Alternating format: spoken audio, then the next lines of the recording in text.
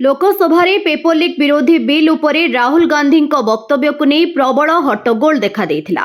एहा परे केंद्र सरकार पक्षरु तांको जवाब देइछन्ति मंत्री जितेंद्र सिंह।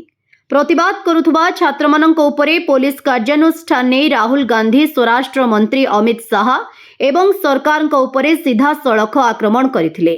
तथापि सरकार एही दाबीगुड़ी को स्पष्ट भावरे प्रत्याख्यान करिसन्ति। सरकार पक्षरु कहुଯାଇଛି जे छात्र किंबा प्रतिवादकारी उपरे कौनसी गोली चालना करा जाई नाही। राहुल गांधी द्वारा करा जायथिबा अभियोग संपूर्ण भित्तिहीन एवं तथ्यहीन। प्रशासन स्पष्ट करिछि जे आईन श्रृंखला बजाय रखिबा एवं घटनास्थल रे परिस्थिति नियंत्रण को आनिबा पई केवल लुहा बुहा गैस सेल व्यवहार करा जायथिला। सुरक्षा बाहिनी भिड़ को घोड़ाइबा समय प्रतिष्ठित प्रोटोकॉल पालन करथिले। पूर्वरु राहुल गांधी छात्रमानंक स्वर को सरकार दमन करुथुबा अभियोग करथिले।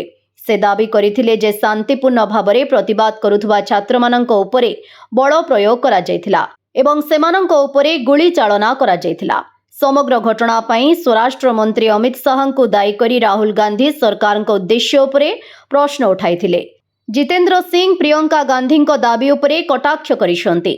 देश में 152 थर परीक्षा पत्र लीक होईछि, जहाँ प्राय 750 कोटी पिलांको प्रभावित करिछि।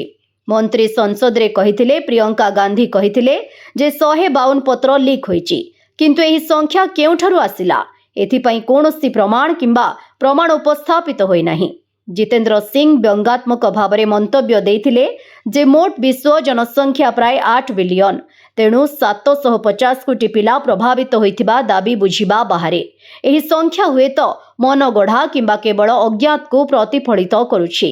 जितेंद्र सिंह प्रियंका गांधी का अभियोग को मध्य खारज करिसन्ति जे 2024 मसीहारे पेपर लीक विरोधी आईन प्रणयन परे कौनसी कार्यानुष्ठान निया जाई नाही। से मंतव्य देइथिले जे प्रियंका गांधी संभवतः आईन रो कार्यान्वयन प्रक्रिया को ठीक भावरे अध्ययन करिनाहंती। ब्यूरो रिपोर्ट विकल्प समाचार।